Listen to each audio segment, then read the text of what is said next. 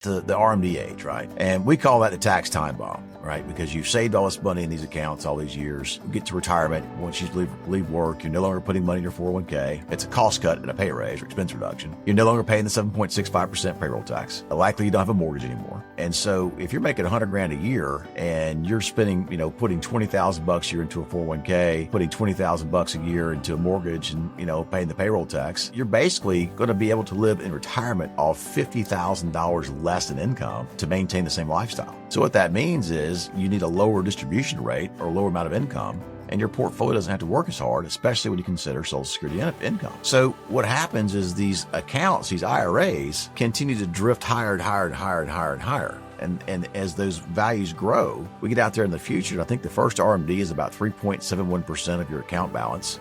Right? You have to withdraw that, but it goes up next year and the year after and so on. So that's what we call the tax time bomb, because now all of a sudden at age 75, you got to start pulling this money out and it's forced income.